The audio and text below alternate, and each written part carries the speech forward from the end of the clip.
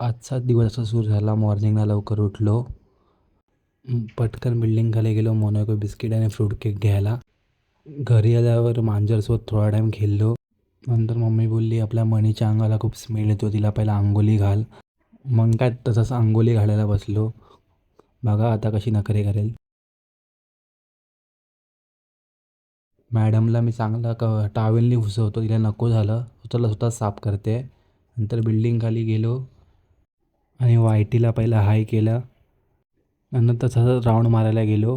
मस्त की राऊंड मारल्यानंतर घरी आल्यावर सोलो लिव्हिंग बघत होतो. तुम्ही पण बघा, ॲनिमी खूप चांगली आहे.